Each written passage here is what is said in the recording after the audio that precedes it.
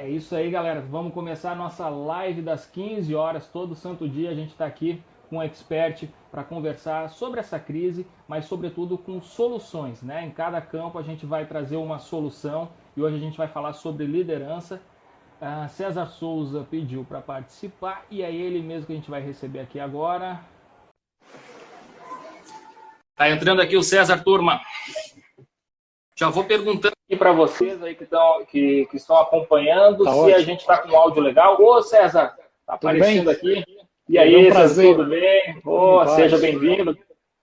Obrigado, um prazer enorme, uma honra estar aqui com você. Que legal, a honra é nossa. Obrigado por ter aceitado esse convite, né? A gente mandou meio em cima da hora e o César gentilmente aceitou. É uma pessoa extremamente generosa, eu admiro muito o César Souza, o trabalho dele, a competência dele, a forma como ele ensina. Enfim, então é um prazer ter você aqui hoje, César. Tenho certeza que você vai acrescentar muito, ajudar muita gente que vai participar hoje aqui da nossa live. E para que a gente tenha mais gente aqui, pessoal, tem um aviãozinho aqui embaixo, o aviãozinho do Instagram. Clica nesse aviãozinho agora, compartilha aí com seus amigos, com quem vai se beneficiar desse tema que a gente vai abordar aqui hoje, o papel do líder em tempos incertos, e a gente vai ter uma aula aqui, pode ter certeza, com César Souza. Deixa eu apresentar bem aqui o nosso convidado aqui, só para vocês terem noção da qualidade do César Souza, né? Ele é consultor de várias empresas da lista das 100 maiores e melhores empresas do Brasil, é o presidente e fundador do Grupo Empreenda, autor de diversos best-sellers que figuram nas listas da categoria de negócio há vários anos, como, por exemplo, Você é o Líder da Sua Vida, isso é um clássico, Você é do Tamanho dos Seus Sonhos, Anel Empresa, o Clientividade, tem mais coisa aí também, né, que a gente pode contar agora aqui, né, César? Tem. Uma das coisas é o seguinte, o livro Clientividade está saindo agora uma segunda edição, uma nova edição, com uma introdução diferente, que é enfatizando clientividade na era digital. Quando eu escrevi o Clientividade, foi há 3 anos atrás, o mundo era um. E agora, realmente, nesses últimos meses, o mundo mudou bastante. A pegada digital é muito importante na relação das empresas com os clientes, dos atendentes, dos vendedores, etc. E tem uma novidade, vou dar um spoiler aqui para você, é que o prefácio dessa nova edição está assinado pela Luísa Helena Trajano, a presidente do Magazine Luiza. Que coisa boa! E no meu modo de ver, é uma empresa que realmente está se transformando na Amazon brasileira, né? A Luísa Helena é um ícone, não é? Eu sempre digo que ela é a grande dama do varejo brasileiro, e a Amazon está fazendo, a Magazine Luiza está fazendo um negócio super legal, que é fazendo aquele modelo de convergência entre o físico presencial e o digital. É o que eu digo sempre, o mundo futuro não será digital, o mundo futuro será figital, que é físico e digital ao mesmo tempo. E a Luísa está fazendo essa convergência, essa sinergia de uma forma brilhante. Por isso que o sucesso dessa empresa, que ela e o Frederico Trajano, que é o filho dela, que hoje está como CEO da empresa, estão fazendo. Um belo exemplo de liderança. Olha só que coisa, que coincidência, né? É a terceira live que eu estou conduzindo aqui. A gente teve o Ricardo Amorim, na sequência o Silvio Meira, ontem o Renato Grimberg. Então essa é a quarta live que eu estou conduzindo, mas é a terceira consecutiva em que a gente fala do Magazine Luiza por aqui. Então realmente assim, é a nossa referência nacional assim, de uma empresa. É um caso de sucesso. Muito à frente, né? É verdade. Muito à frente. É um caso de sucesso em termos de liderança. Você pode olhar a transição que foi feita e a sucessão, extremamente bem conduzida, né? Depois, esse aspecto da clientividade, sempre foi foco no cliente todo o tempo, desde que nasceu. Está no DNA da Luísa esse foco em cliente. Gestão de pessoas são extraordinárias da forma como lidam com as pessoas. E agora a grande novidade, o pioneirismo no Magazine Luiza, eu acho que é esse modelo híbrido que estão fazendo, esse modelo da convergência do físico e digital ao mesmo tempo. Então eu coloquei um apelido para isso, que o mundo será figital e não mais digital apenas. Eu acho que esse é um modelo, é um caso de sucesso tremendo. Muito bom, muito legal. Ô César, e indo agora para esse nosso tema de hoje, né? Vamos falar sobre liderança em tempos de crise, em tempos incertos.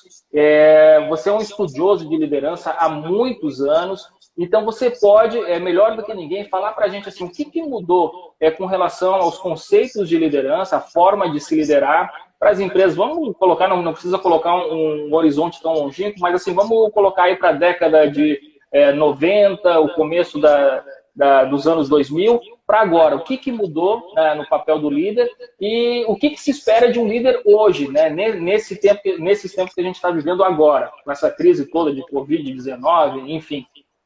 Não, tá ótimo, Leandro. Eu vou tratar desse tema, exatamente dessas mudanças. Só que eu diria assim, a década de 90, a década de 2000 já foi uma mudança enorme. Eu diria assim, do ano passado para cá, de dezembro de 2019 para cá, para março de 2020, nesses últimos 3 meses, já houve uma mudança brutal. Bota mudança nisso, né? Não é só uma época de mudanças que a gente está vivendo. Nós estamos vivendo uma mudança de época. Essa mais recente, eu diria até que o mundo empresarial vai se dividir em 2 momentos. O ACV e o DCV. Antes do coronavírus e o depois do coronavírus. ACV é o antes do coronavírus, o DCV é o depois do coronavírus. Eu estou, como você colocou aí, faço consultoria com várias empresas, vários negócios em vários locais do Brasil. Então, eu estou, de uma certa forma, com o dedo no pulso dessas empresas e vendo um processo de transformação bastante intenso. Eu diria assim, nós estamos vivendo uma tempestade que está transformando a vida das empresas e está tirando o sono realmente da grande maioria dos líderes empresariais. Hoje mesmo pela manhã eu estava conversando com 4 deles em momentos diferentes, cada um na sua empresa. Também eu estou aqui nesse isolamento social, conversando via os mecanismos tecnológicos, e a preocupação é muito grande, quer dizer, a incerteza sobre o futuro, quanto tempo vai durar isso, como é que elas têm que se preparar, essas empresas, para o futuro. Quer dizer, hoje, a curto prazo, elas se prepararam para a emergência, foi uma gestão emergencial muito grande que aconteceu nas últimas 2 semanas. Essas 2 próximas semanas, eu diria que é mais a governança da crise, todos os stakeholders, todos os pilares que eles vão ter que enfrentar. É um tabuleiro complexo dessa governança. Mas eu diria assim, a partir de maio, a grande preocupação das empresas será com o futuro. Como é que elas precisam se reinventar no futuro para poder aproveitar até algumas oportunidades, não só lidar com a crise, mas algumas oportunidades que realmente estão surgindo. Então, esse cenário de mudança é terrível, porque o que é que eu sempre coloco, né? Que o coronavírus não veio sozinho, que eu sempre tenho dito, né? Não adianta ficar culpando o coronavírus. O coronavírus tem um problema de saúde e tal, mas no ponto de vista empresarial, ela não veio sozinho. O coronavírus é como se fosse assim, uma lufada de vento, uma ventania muito forte que acelerou todo um processo de transformação tecnológica disruptiva que já vinha acontecendo e que estava já promovendo severas mudanças. Então, nós tínhamos uma transformação muito grande, já criando disrupções nas empresas, do ponto de vista da natureza dos negócios, do modelo de negócio, no ritmo que as coisas estavam sendo feitas, nas relações trabalhistas, na imprevisibilidade e volatilidade dessas situações, nos espaços de trabalho. Quer dizer, a coisa do trabalho compartilhado, do coworking, já existia, mas usado numa pequena intensidade. Home office também existia numa pequena intensidade. Agora está tudo de vez, quer dizer, de repente é todo mundo praticamente. 70% em home office, o coworking muito intenso, provocou também uma mudança muito grande, essa mudança tecnológica, nos hábitos de consumo, de compra e consumo dos clientes. Quer dizer, tem muitos clientes que estão, uma filosofia de compartilhamento que começou a preponderar sobre a filosofia da posse dos bens. A gente vê isso no automóvel, eu não preciso mais ter o carro, eu tenho que ter acesso ao carro. No apartamento, eu não preciso ser dono do imóvel. Nos equipamentos, eu não preciso ser dono de equipamento, eu posso terceirizar equipamentos. O importante é ter o acesso, não é ter o uso e não propriedade. Tudo isso está mudando dramaticamente na relação B2B, negócio com negócio, na relação B2C, negócio com consumidores finais, os consumidores com novos hábitos, novos valores, novas coisas. Então, tudo isso, eu diria, o coronavírus veio e está exigindo uma mudança. E nenhum, aí voltando à sua pergunta inicial, como é que você compara o estilo de liderança do passado com hoje, com o que está acontecendo? Nenhuma transformação tem sido tão intensa quanto na liderança, meu modo de ver, né? Quer dizer, eu acho assim que nós temos que repensar completamente o papel do líder, competências do líder, habilidades do líder, atitude do líder, que esse momento da crise está a exigir. Não é por acaso que um dos meus livros, né, mais recentes, é esse Seja o Líder que o momento existe. Que o momento exige. Ou seja, o momento está exigindo um tipo de líder muito diferente do que foi na década de 90. A década do século passado, o Jack Welch era um grande campeão, um ícone da liderança. Será que o Jack Welch, hoje, 2020, seria ainda um ícone na liderança? Foi o cara que criou o maior valor de mercado no século XX de uma empresa, que foi na General Electric. Será que o Jack Welch seria um cara apropriado para o que nós estamos vivendo hoje? Ou não? Porque hoje nós vemos o Jeff Bezos, são outros caras completamente diferentes, com outras cabeças, com outra forma de se relacionar com as pessoas, outra forma de se relacionar com o cliente. que estão brilhando. Não é? Então, mudou o perfil, o estilo de liderança. Mais do que nunca, aí volta a sua pergunta muito bem formulada, mais do que nunca está evidente que não existe um estilo ideal de liderança. Não tem um tipo ideal de liderança. Não adianta, o grande tipo de liderança era esse, e eu tentar me acostumar a isso, ou me moldar a isso. Como algumas escolas e programas de liderança procuram treinar pessoas num certo tipo ideal de liderança. O tipo ideal de liderança é o 9-9. O tipo ideal de liderança é o líder que tem aquilo. O tipo ideal de liderança tem as seguintes características. Eu acho que isso faz parte do passado. Quer ver um exemplo? Com essa crise que está acontecendo, o que é que eu tenho sentido nesse último mês? Aqui, eu estou completando, dia 13, segunda-feira, 4 semanas de confinamento. Eu comecei a minha até mais cedo. Dia 13 de março eu comecei o meu confinamento. Então, a gente está fazendo aniversário junto aqui também. Estamos fazendo aniversário junto. Dia 13. Uhum. Dia 13. E tenho intensamente conversado com muitos líderes. O que é que eu tenho observado? Né? Líderes brilhantes em tempos de abundância, eles parecem perdidos nesse momento de escassez que nós estamos vivendo. Quer dizer, líderes que, alguns meses atrás, 1 ano atrás, 2 anos atrás, 1 mês atrás, eram líderes brilhantes que apareciam, faziam colocações, posicionamento de mercado, a forma de motivar as pessoas. Eram líderes na era da abundância, entende? Na época de crescimento, promissora. Esses líderes, alguns desses que eu conheço hoje, me parecem meio perdidos, ainda estão tentando se achar nesse momento de restrição de recursos, de grande escassez que nós estamos vivendo. Não sabem lidar com o momento. Diga. Não, eu ia te perguntar, César, que é interessante também a gente observar que nesses cenários de crise, de dificuldades, acabam surgindo lideranças que a gente não sabia que não sabia, exatamente, exatamente. Aí dentro das empresas eu tenho visto gente que estava lá, 2º escalão, 3º escalão, de repente tomando iniciativa, sendo protagonista, fazendo as coisas acontecerem, enquanto que aqueles líderes que eram os mais, diria assim, carimbados e tarimbados, e mais os líderes ícones conhecidos, estão meio assim perdidos. Outra coisa que eu tenho visto, líderes participativos, que antes eram tão admirados, não, porque o cara ouve todo mundo, tem paciência, sabe isso, não sei o que lá. Hoje, alguns eu já vejo críticas a eles, são percebidos como complacentes, porque eles não estão correspondendo à pressão do tempo e à velocidade com que precisam tomar decisões e agir. Quer dizer, são líderes que estão perdendo tempo, dias, semanas, e hoje um dia está valendo ouro, uma semana está valendo muito. Nessa gestão da crise que nós estamos vivendo, tanto do ponto de vista da saúde e segurança das pessoas, quanto do ponto de vista dos clientes, quanto do ponto de vista da gestão do caixa, da sobrevivência da empresa. Quer dizer, líder que fica ouvindo muito para um lado e para o outro, eram muito admirados. Hoje não são tão admirados assim. Estão até sendo acusados de serem muito complacentes. Com isso, eu não estou querendo dizer que deixe de ouvir suas bases, suas pessoas e as pessoas relevantes. Mas eu estou querendo dizer o seguinte, cuidado para você não levar ao excesso essa coisa de ser muito participativo, que você pode estar perdendo um tempo enorme. E líderes centralizadores, que eram tão criticados no passado, caras que gostam de tomar decisão, de vir, de não sei o quê, tal, não sei o que lá, tão criticados por acadêmicos, o mundo acadêmico detesta esse pessoal. Não, porque o cara ele também subordinado, não, porque o cara centraliza muitas decisões, o cara é muito autocrático, não sei o que lá. Esses líderes bem assim, focados e pragmáticos estão assumindo um protagonismo muito grande na hora das decisões. Isso que eu estou querendo dizer é o seguinte, eu não estou querendo defender se o cara deve ser centralizador ou não, se deve ser participativo ou não, se deve ser acostumado a um tipo ou outro, não é isso que eu estou falando. Estou falando o seguinte, eu acho que a prova evidente, muito dura no momento que a gente está vivendo, o grande aprendizado, assim, não existe um tipo ideal de liderança. Quem brilhava muito numa circunstância alguns meses atrás, não está brilhando tanto agora. E aqueles que não brilhavam muito, que eram muito criticados, são caras que estão assumindo o protagonismo.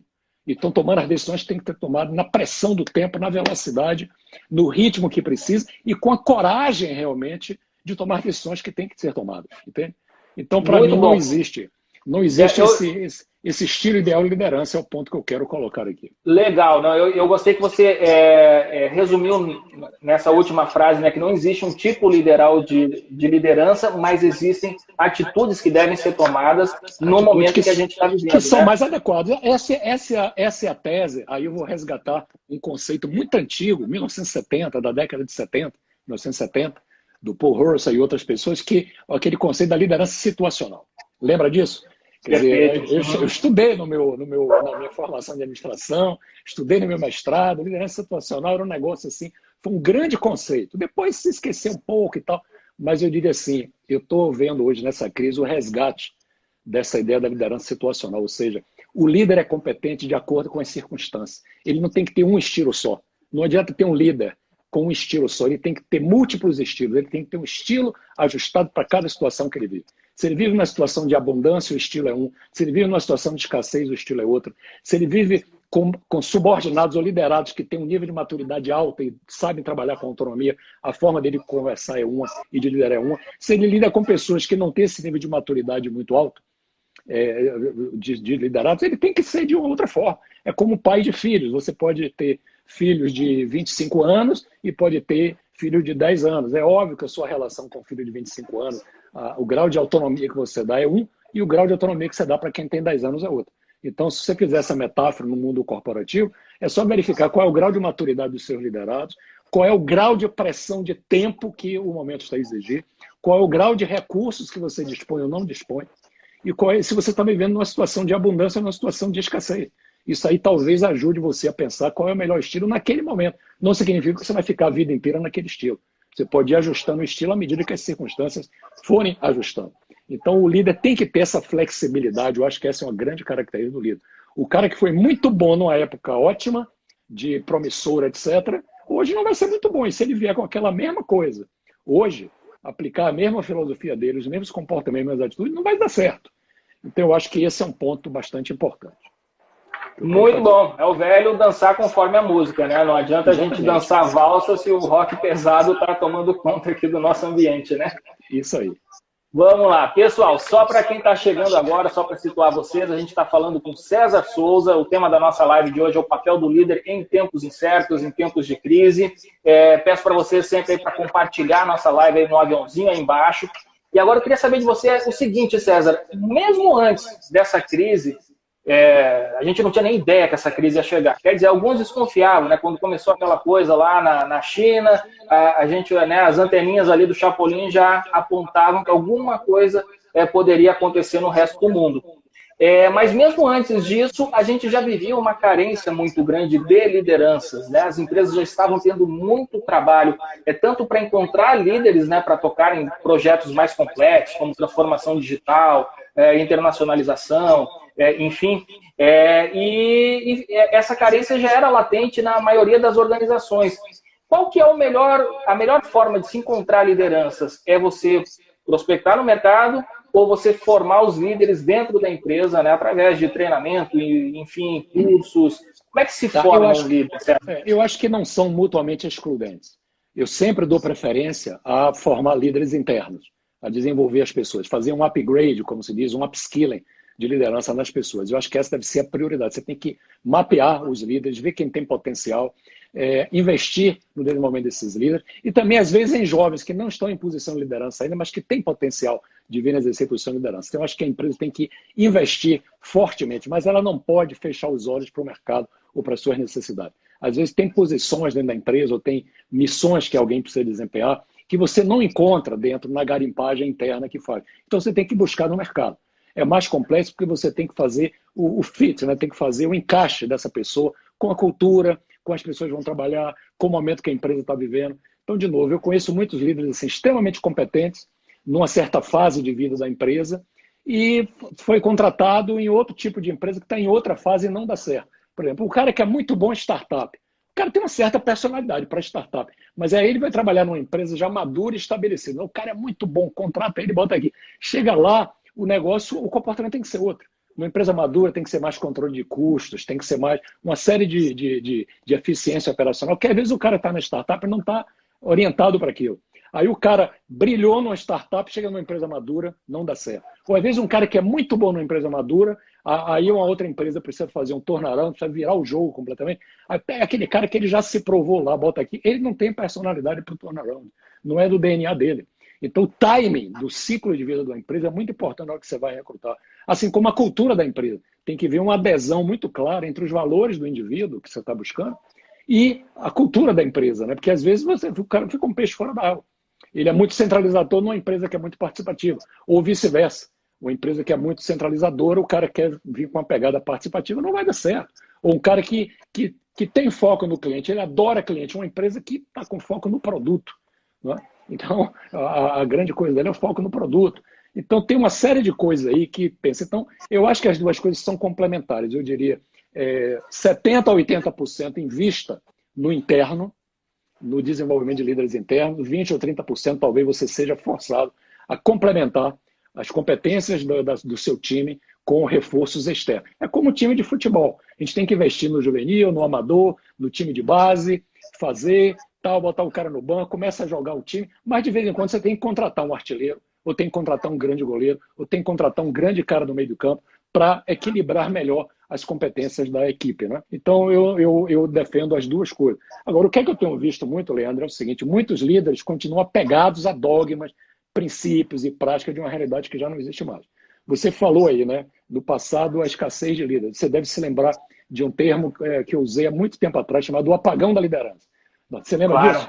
Nós estamos vivendo um apagão da liderança. Dei umas 3 ou 4 entrevistas, teve gente que ficou chateado comigo. Você está falando do apagão de liderança, não tem apagão. Tem apagão de liderança. Tem apagão de liderança na política, a gente olha no mundo hoje. Não estou nem falando do Brasil, porque eu não quero entrar em discussão partidária nem ideológica. Mas olha para o mundo hoje, com essa crise, onde é que estão os grandes líderes? Né? A gente vê como grandes líderes reconhecidos fraquejaram bastante, levaram tempo para enxergar a realidade, como alguns novos também estão se revelando, gente que era criticada e tal. Né? Então, você perde as oportunidades de expandir o negócio porque não tem líderes capacitados e porque os caras não formam sucessores.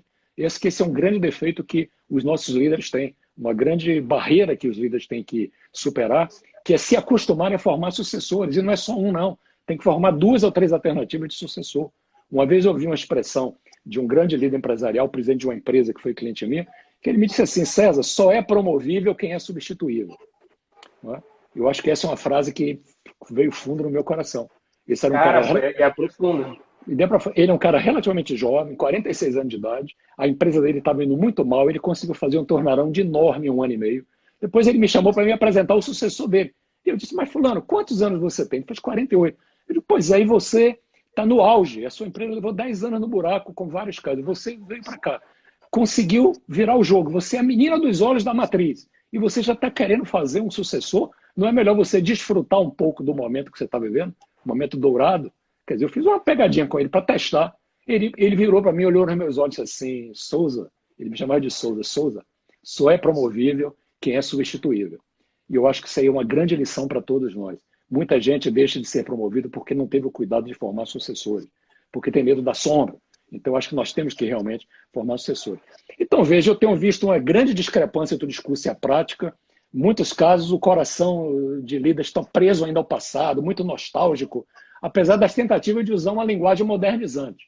Então, eu vejo alguns líderes que botam a roupa mais moderninha, que vem com a linguagem mais moderna, que fica utilizando coisas digitais, como se ele tivesse assim...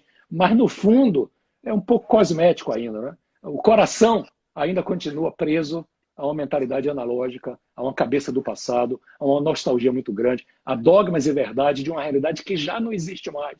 O mundo já vinha mudando, como eu falei no início aqui, com as mudanças tecnológicas, mudança de comportamento dos consumidores, mudanças políticas, o mundo já vinha mudando drasticamente. Agora, desse mês para cá, de fevereiro para cá, o mundo nunca mais será o mesmo.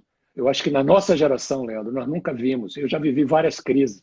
Eu tenho mais de 60 anos, já vivi pelo menos 5 crises grandes aqui no Brasil e no mundo. Né? A crise do plano cruzado, a crise do real, antes do real, a crise de 2008, várias crises, a crise de 2000, quando houve aquela bolha. Já vivi várias crises, mas nunca passamos, eu acho, por uma crise como essa que nós estamos passando, que é uma crise, assim, realmente, como o título aqui da nossa live, em momento de incerteza.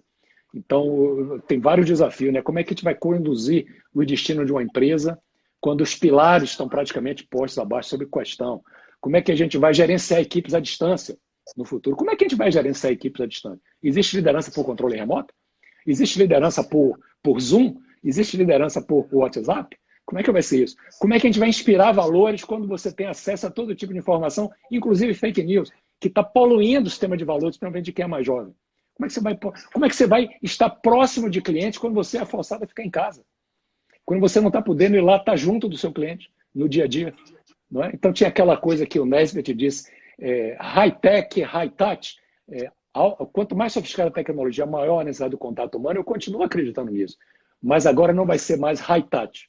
vai ser low touch, ou seja, high tech, low touch. High tech, fisicamente low touch, mas você tem que manter o touch emocional com o seu cliente. Você tem que, mesmo longe, você tem que se colocar próximo do cliente. Não pode estar nas cordas, como eu estou vendo muita gente nocauteado, vendedores, corretores, gente de marketing que está em casa, home office, se queixando da vida e não está vendo que deveria estar contactando com seus clientes, vendo quais são as necessidades que os seus clientes têm. Sem dúvida. São desafios enormes que os líderes estão enfrentando realmente. Sem dúvida. Olha só, pessoal, as palavras do César são importantíssimas. Eu peço até que vocês revejam essa live depois aqui, porque para a gente poder sublinhar muitas coisas do que ele está falando agora, são fundamentais. Muita gente está em desespero agora, está em pânico, assustado, isso é normal, mas existe uma carência de pessoas que realmente liderem, que consigam liderar as empresas na direção correta, né? Então, assim, esse tempo que a gente está vivendo agora é um tempo precioso para que a gente consiga desenvolver essas competências. Quando o César perguntou agora, é possível liderar pelo Zoom? É possível liderar à distância? Eu acho que é plenamente possível, é algo que a gente está se adaptando agora e nós temos que fazer isso, e eu acho que toda organização, quando ela tem uma missão que é compartilhada entre todos, quando ela tem um propósito que todo mundo compartilha daquilo ali, fica mais fácil, né, para o líder conduzir essa organização na direção correta. Então, eu acho que mesmo à distância é possível, sim, exercer a liderança. E agora o desafio é justamente adaptar, como o César falou. Exatamente. Agora as respostas têm que ser outras, né, nesse momento. Exatamente. E temos que aproveitar até esse tempo, né, que eu tenho insistido muito desse tempo de home office, que a gente está em casa, a maioria, em vez de, vou me lamentar que eu vou passar ainda mais 6 semanas ou 8 semanas, assim, aproveite esse tempo para fazer sua recapacitação e capacitar a sua equipe. Não é? Aproveite esse tempo para estimular. Tem muitas, eu sei que, por exemplo, administradores.com, portal de administradores, tem inúmeros programas aí que são acessíveis para o pessoal aproveitar esse tempo para se recapacitar. Muitas instituições nacionais e internacionais têm também. Ou seja, aproveite isso, faça cursos online, programas de liderança online, reuniões de equipe. Ajude o pessoal a se acostumar a isso, porque é uma forma que entende usar o tempo. Aqui em São Paulo, Leandro, você sabe disso. Às vezes a gente vai trabalhar num local para chegar às 8h30 no trabalho, tem que sair de casa às 7 da manhã. Leva 1h30 no trânsito de manhã. E de tarde, quando a gente sai às 6h30, só chega em casa às 8h30. Perde 3 horas de deslocamento por dia. Gente, nesses meses aqui, nesse último mês e nos próximos, eu acho que pelo menos vai durar mais 4 semanas ou 6, cada um de vocês está ganhando 3 horas por dia. Use essas 3 horas por dia para se capacitar. Acesse sites, acesse conhecimento, procure saber o que está acontecendo, veja os benchmarks e também a parte cultural, assista bons filmes, não fica assistindo só filme para passar tempo, assista bom filme, entre em museus, todos os museus do mundo estão com as portas abertas para você entrar via Zoom e apreciar todas as obras do mundo. Quem nunca esteve no Museu do Prado, em Madrid, a oportunidade de entrar no Museu do Prado. Quem nunca esteve no Museu do Hermitage, a oportunidade de entrar no Museu do Hermitage. Tem muito musical, tem muita peça de teatro, tem muito filme legal, tem muitos bons livros para você aproveitar também, tirar o atraso da leitura. Ou seja, a gente sempre se queixa de falta de tempo. Agora nós temos bastante tempo. Pelo menos cada um aqui em São Paulo tem 3 horas a mais por dia que está ganhando. Está economizando. Era uma hora desperdiçada no transbordo, era no deslocamento. Então use esse tempo para se capacitar, inclusive digitalmente, para poder estar mais preparado para o futuro. Quer ver uma coisa que eu acho que vai acontecer, Leandro? Eu estou, por exemplo, eu estou aqui na minha casa hoje, mas vamos supor que se eu estivesse lá no escritório, né?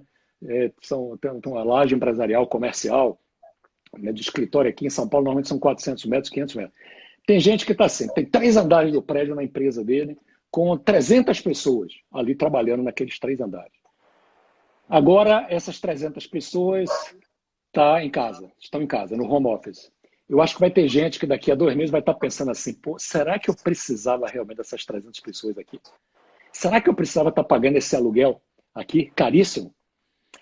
Por que eu não deixo pelo menos uma parte dessa equipe em casa, que pode, trabalhos rotineiros, trabalhos recorrentes, trabalhos que podem ser feitos, que não precisam estar naquele contato no dia a dia, só vem aqui uma vez por semana, as pessoas vão economizar tempo, vai ser mais barato, eu não tenho que gastar vale transporte, vale refeição, isso e aquilo, eu posso dar uma condição melhor para as pessoas vão poder cuidar melhor da sua saúde, então meus custos de saúde vão ser menor. Será que eu preciso realmente desse negócio que a gente se acostumou a fazer, de estar todo mundo junto todo o tempo?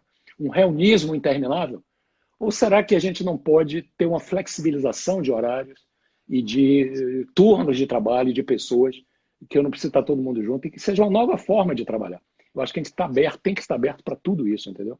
Eu Sem vejo dúvida. grandes... Eu acredito também que aí existe um salto evolutivo que as empresas vão dar a partir dessa dificuldade que a gente está enfrentando hoje. Eu até aqui quero aproveitar, eu sei que a nossa equipe está assistindo aqui a live, para fazer um reconhecimento. Assim, hoje em dia, a nossa equipe do Administradores, eu acho que a gente está trabalhando melhor nesse modelo do que o nosso modelo tradicional, aquele, né, todo dia presencialmente lá no escritório. Lógico que eu estou com saudade de todo mundo, né, mas a gente tem dado assim, umas respostas criativas muito grandes a essa crise. A gente tem produzido materiais que assim, não teriam surgido se não fosse essa crise.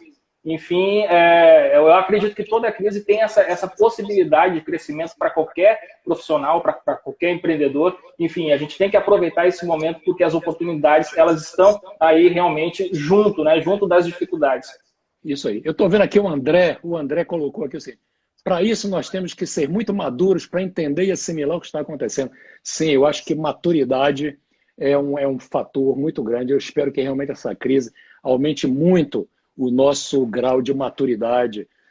O Rodrigo também estava fazendo uma colocação aqui nesse sentido. A coisa da tecnologia também, a tecnologia, pelo visto, faz tudo. Não, a tecnologia não faz tudo, mas a tecnologia pode facilitar muito a nossa vida, né? Então tem uma série de colocações que estão sendo feitas aqui que eu acho importante. Uma coisa muito que eu queria... bom. Também estou dando uma lida aqui nos comentários da galera agora, que eu estava prestando atenção assim, no nosso bate-papo, mas está cheio de comentários assim, riquíssimos aqui. O Ítalo está dizendo aqui, pergunta, a maioria dos brasileiros estão preparados para trabalhar em casa? Não, não estamos preparados. Porque em casa a complexidade é grande, cara. A gente ganha tempo porque não precisa fazer deslocamento, etc e tal, a tecnologia ajuda, mas você tem que lidar com duas dinâmicas, a dinâmica do trabalho e a dinâmica da casa. Então você tem, né? Você tem filhos, tem marido ou mulher, tem pessoas cozinheiras ou não, tem o cara que vem olhar o jardim, tem cachorro em casa, tem não sei o que lá, tem o gato, tem não sei o que lá, você tem tudo. Não é? Então você tem que, ao mesmo tempo, lidar com essa dinâmica que não é fácil, mas também é mais humana. Eu acho. Olha só, eu acho que é mais falou, natural. agora há pouco o meu mais velho aqui, ele tem 11 anos, ele estava aqui, veio aqui do meu lado, ficou dançando aqui para ver se eu perdi a concentração. Então, sai daqui, tá que nem aquele cara da BBC, lembra aquele videozinho da BBC que ele estava dando uma entrevista quando aparece o primeiro bebê lá entrando na sala, depois vem a mãe. Isso, enfim. O Jório Alves está colocando aqui, o segredo é a gestão do tempo, sim, gestão do tempo, a prioridade, como é que se prioriza as coisas e manter uma disciplina, né? Eu diria que o segredo da gestão do tempo é a disciplina. Se você não tiver disciplina para trabalhar em casa, vai ser o caos, você vai acabar não produzindo. Mas se você tiver, é capaz de você fazer em casa as coisas, a entrega com muito menos tempo que você faz no escritório. Então, tem que buscar, eu não estou dizendo que o melhor é trabalhar em casa do que no escritório, obviamente, mas acho que um modelo híbrido, nós vamos ter esse modelo de escritório em casa, ou seja, que alguns dias na semana a gente possa trabalhar em casa, alguns dias no escritório. Momentos de convergência física do touch, a gente vai ter que criar, né? Não podemos isolar as pessoas. Esse momento a gente vai ter que criar, mas eu acho que a gente vai ter que aprender a trabalhar também um pouco mais à distância e a exercer a liderança à distância vai ser um desafio e tanto para os líderes. Você quer ver uma coisa? Você lembra do conceito de supervisão? Sou supervisor. Supervisão, o que é supervisão? Supervisão é assim, supervisão do olho. O conceito foi criado, supervisão. Ou seja, aquele cara que ficava supervisionando, ou seja, olhando os caras na linha de montagem e anotando tempos e movimentos. Você lembra disso? Lembro demais, e ainda é bom que a gente diga que ainda é um profissional presente em muitas organizações. Né? Organização, métodos, você tem que ter os processos, o cara está ali, é supervisão. Como é supervisionar quando você não tem a visão? Entendeu? Quando você está afastado. Então, esse conceito é um conceito que vai ser superado. Nós vamos ter que aprender a comprometer as pessoas intimamente, sem precisar da presença física do tal do feitor, ou do supervisor, ou do capataz, se é uma fazenda, ou do gerente, ou do chefe, do que é, para fazer com que as pessoas façam. Porque o cara tem lá, o chefe tem a salinha dele ali, ele fica de olho no pessoal que está ali no andar inteiro do prédio, os caras trabalham, os fins estão trabalhando, porque estão sabendo que o chefe está supervisionando, ou seja, o chefe está de olho nele. Quando o chefe não estiver de olho, como é que você vai entregar e ter produtividade? Vai ser um enorme desafio. Só tem uma saída maior de vida, você tem que comprometer as pessoas intimamente, com um grau de comprometimento pessoal muito mais forte.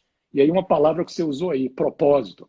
né? Vai ter que ter um senso de propósito comum, de objetivos comuns, muito forte nesse sentido. Muito bom. Aqui tem alguns comentários também aqui sobre esses pontos que a gente está conversando agora. SH Tecnologia fala que já está há 4 anos com a equipe no home office. Ele já está, então, né, se antecipando aí a questão da crise. A Daniela Braga, né, comentou aqui sobre o Fordismo. Exatamente, o Fordismo ainda é muito presente em muitas organizações, né? O que mais? O Jório Alves, estou trabalhando em casa esse período de home office e percebi um aumento da disposição e produtividade. Cara, isso também, eu estou impressionado com isso, né? O quanto que a gente ganha, né, de disposição, começa a ter mais criatividade, eu não sei, é uma coisa realmente impressionante, né, esse período. A Cláudia está colocando aqui um negócio interessante. Acredito que para as mães, nesse momento é muito difícil. Para as mães e para os pais também, porque os pais não estão acostumados, então de repente estão tendo que ficar em casa e estão tendo que conviver com a dinâmica que não estavam acostumados, não percebia essa dinâmica. Eu mesmo estou tentando me ajustar a isso, né? Cada um de nós tem que aprender bastante. É um momento de alto aprendizado que a gente tem que ter a humildade para saber aprender com o nosso dia a dia. Olha só, assim, por coincidência, né, há cerca de quando? Acho que foi em julho do ano passado, eu tinha decidido que os meus meninos eles estudam pela manhã. Então, assim, pela manhã deixo eles no colégio, vou para o trabalho, pego na volta do colégio. E aí eu tinha decidido, como o horário era muito ruim, está 1h da tarde, eu decidi que eu disse, não, vou fazer home office todo dia à tarde. Então, desde agosto do ano passado, julho, agosto do ano passado, eu já estava nesse sistema de home office pelo menos à tarde, né? Então, assim, não senti nenhuma dificuldade nessa adaptação agora durante a quarentena. Lógico que, assim, acredito que todo mundo está passando por isso. É um saco essa quarentena obrigatória. Você é obrigado a ficar em casa, não pode sair. Vai no supermercado, você tem que botar máscara, luva. Enfim, mas essa é a nova realidade, né, César? A gente tem que ter consciência que é isso aí, né? E a música que está tocando é essa, nós temos que ter responsabilidade não só com a nossa saúde, nossa familiar, mas responsabilidade com a saúde dos outros. A gente não pode sair por aí para atender um impulso de que eu tenho a necessidade de sair, de fazer, e estar correndo o risco de contaminar os outros. Nós temos que realmente ter uma consciência muito forte de que nós temos que atravessar essa crise e de uma forma consciente, responsável. Não podemos estar assim em arroubos e cometer atos ou fatos ou opiniões que acabem estimulando os outros a sair por aí contaminando os outros. Nosso sistema de saúde é precário, a gente sabe disso. O pico da crise não chegou ainda, nós ainda vamos atravessar isso nas próximas, eu diria, 3 semanas. A gente vai ver a verdade realmente no final de abril e início de maio, quando a gente vai sentir realmente se essa curva, finalmente a palavra que está sendo usada, foi achatada ou não. Se nós, os hospitais, vão estar suportando o número de pessoas que vão precisar, se os medicamentos que estão em jogo aí, tem 3 ou 4 medicamentos sendo testados, se vão começar a funcionar, se os respiradores vão estar aqui. Então, se tudo isso acontecer positivamente, nós vamos passar dessa crise, sair dela rápido e depois a gente resgata a economia. Agora, se não acontecer isso, nós corremos o risco de prolongar a crise. Se houver indisciplina, a gente sair contaminando outros por aí e muitas pessoas saírem, a gente corre o risco de prolongar. Então, eu sempre digo assim, Leandro, entre a bolsa e a vida, ou a vida, eu prefiro a vida. Porque depois, se você estiver vivo, não, eu estou totalmente se você estiver vivo, você depois recupera a bolsa. Né? Eu vi aqui passando um comentário de alguém que não concordava com a quarentena, porque a economia vai ter, assim, aqui vai ser prejudicada e tal, tudo mais, mas eu também sou dessa posição, entre a bolsa e a vida. Eu gostei da analogia, né? É melhor a vida sempre, né? A vida aí, porque a bolsa você recupera depois, só tem um pouco de paciência. Eu acho que essas coisas também não são excludentes, não é o vírus versus a economia, isso aí é um falso fla-flu.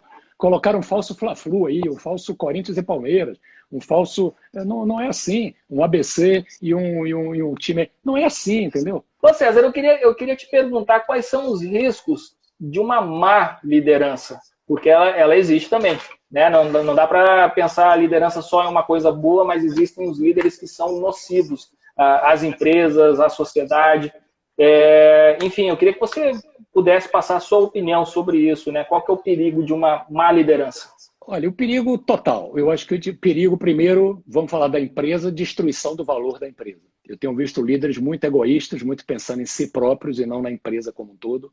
Tomam decisões pensando só resultado para a empresa, esquece que a empresa é um ecossistema, que tem clientes, que tem comunidade, que tem pessoas que trabalham, que tem prestadores de serviço, etc. e tal.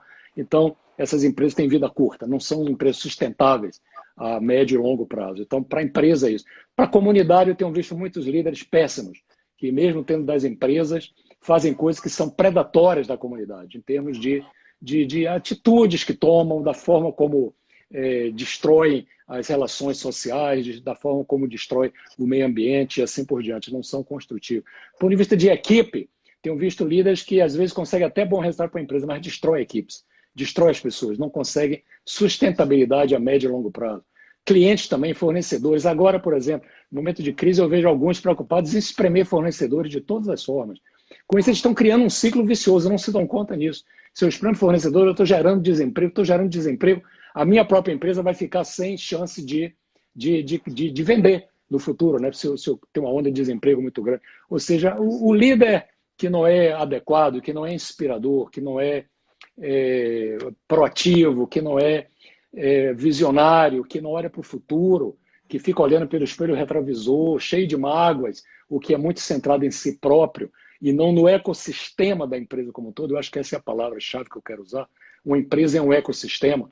Tem clientes, tem comunidade, tem fornecedores, tem prestadores de serviço, tem equipes, tem uma série, tem investidores também. Então, o líder tem que olhar para esse conjunto, né, de stakeholders, de players, de atores que fazem parte do ecossistema da empresa para ele ser competente. E o líder destrutivo acaba destruindo tudo. Então, eu acho que esse é um ponto realmente sério. Muito bem. Ô César, agora aí para a gente fechar essa nossa live aqui, né? Vamos lá, está todo mundo assistindo aqui, todo mundo está consciente do papel do líder, né, das atitudes que o líder deve ter nesse momento, mas como é que as pessoas que estão nos assistindo podem desenvolver mais as suas competências de liderança? Aproveitar esse tempo, né, mesmo que estejam distantes das suas equipes, dos seus colegas de trabalho, para desenvolver as competências de liderança e sair um líder melhor disso tudo? Olha, eu acho que o ponto é esse, é investir profundamente na capacitação. Também investir na capacidade de observar as circunstâncias, entendeu? A gente aprende liderança não é só fazendo curso, não é só lendo um livro técnico. A gente aprende liderança quando a gente assiste um bom filme. A gente aprende liderança quando a gente assiste uma boa peça de teatro, quando a gente vai em um museu ver uma boa obra de arte, quando a gente vê um bom jogo de futebol, a gente vê o comportamento das pessoas, quando a gente entra num táxi, quando a gente entra num avião, a gente aprende sobre liderança. Agora nós temos a oportunidade de aprender sobre liderança também dentro de casa, vendo como é que a gente se comporta, como é que as pessoas, membros da nossa família, se comportam nessa situação de crise, nossos vizinhos. Então, eu acho que a gente tem que aguçar a nossa capacidade de entender a liderança e desenvolver, principalmente, assim, eu diria, os nossos valores. Eu acho que é muito importante a gente entrar em contato com os nossos valores. Porque é o que eu digo, no momento de crise, é quando a alma das pessoas se torna transparente. É quando realmente tem muita gente que tem um discurso e tal. Quando acontece uma situação de crise, a pessoa se transtorna completamente. E o verdadeiro eu da pessoa, aquela essência da pessoa aparece muito mais no momento de crise do que no momento quando as coisas estão muito normais. Nós temos que entender que nós estamos num novo normal. As coisas são muito diferentes e eu acho que é uma oportunidade da gente aprender muito, primeiro sobre nós mesmos. É usar esse tempo assim de isolamento e não se isolar de nós mesmos. É usar esse tempo de isolamento social para mergulhar numa reflexão mais profunda sobre cada um de nós, sobre os nossos valores, testar os nossos valores, como é que a gente está se posicionando, como é que a gente está orientando. Então, eu tenho visto exemplos assim fantásticos, né? Eu vi hoje, por exemplo, uma notícia na Bahia, 3 jovens se reuniram num prédio onde eles moram e resolveram botar no lobby, no playground lá do prédio deles, 3 banquinhas com computadores para ajudar funcionários do prédio, vizinho, etc., pessoas mais humildes, empregadas domésticas e tal, a fazerem sua inscrição nesse portal aí da Caixa Econômica para poder receber o direito daqueles R$600. Quer dizer, os 3 garotos estavam lá de máscara, estavam lá com luvas, estavam lá tudo higienizado, sentado cada um na frente de um computador, ajudando pessoas que não têm eficiência digital, não sabem como fazer isso, ajudando essas pessoas a se inscreverem. Traga o documento que eu vou me inscrever. Achei isso notável. Isso mostra o quê? Um valor desses 3 caras, desses 3 jovens, fantástico. De ajudar o próximo, de no momento de crise estar usando o tempo deles de uma forma útil para a sociedade. Quer dizer, eu vejo gente ajudando outros de N formas, né, diferentes. Então, esse é o momento em que o verdadeiro eu, a verdadeira alma das pessoas aparece. Então, use esse tempo para se capacitar, para aguçar o seu espírito, mas principalmente para refletir sobre você mesmo, sobre a autoliderança, autocomum. Não é? Porque eu acho que esse eu diria assim, tem várias disciplinas da liderança. A mais importante, que é o verdadeiro calcanhar de Aquiles, quando não é bem praticado, é a autoliderança. É a liderança de si próprio. E isso começa com autoconhecimento. Então, procura esse tempo para se autoconhecer. Não é só conhecer o que os outros líderes estão fazendo, não. Comece conhecendo como é que você, como líder, está agindo. A outra coisa é o seguinte, invista, se você tem liderados, invista no desenvolvimento dos seus liderados. Porque você pode mandar um cara fazer um curso, você pode mandar ler livro, pode mandar ver filme, pode mandar o que você quiser. Mas eles aprendem mesmo através do seu exemplo, você como líder. Se você investir no seu liderado, é na relação líder-liderado onde você dá o maior local, o maior momento de aprendizado para o liderado. É quando o líder está com o liderado investindo no desenvolvimento desse liderado. Então, eu sugiro assim, use esse tempo para aprender com os outros, para aprender sobre você mesmo e use esse tempo para investir no desenvolvimento da capacidade de liderança dos seus liderados. Fantástico! César Souza, cara, eu queria te agradecer muito aqui, César, pela participação na nossa live. Queria deixar aqui o teu usuário aqui para indicar para as pessoas, acho que alguém perguntou aqui, né, qual que era o teu usuário. Se eu não me engano, assim, para mim, eu que estou fazendo aqui a live não aparece, tá? Mas acho que para quem está assistindo, lá em cima, está escrito lá, Portal Administradores e César Souza, o teu é César Souza Empreende, não é isso? César Souza Empreenda, com A. Empreenda, desculpa. Isso. César Souza Empreenda. Se entrar lá no Instagram, César Souza Empreenda, o meu e-mail é o cesarsouza@empreenda.net, o meu zap é o 11 99449 3599. Quer dizer, se alguém quiser show de bola aqui pelo WhatsApp, eu estou com tempo agora, estou podendo responder todos os zaps, todos os dias que eu recebo. Então, o zap coisa é boa. 11 99449 3599. Instagram Pronto. é César Souza Empreenda e no e-mail cesarsouza@empreenda.net. Pronto, perfeito. Pela primeira vez apareceu uma contagem regressiva dizendo que eu tenho 10 segundos para encerrar a live. Pessoal, muito obrigado aqui pela presença de todos vocês. Amanhã às 15 horas a gente está de volta. E agora eu esqueci, veja nos nossos stories quem vai ser o nosso entrevistado.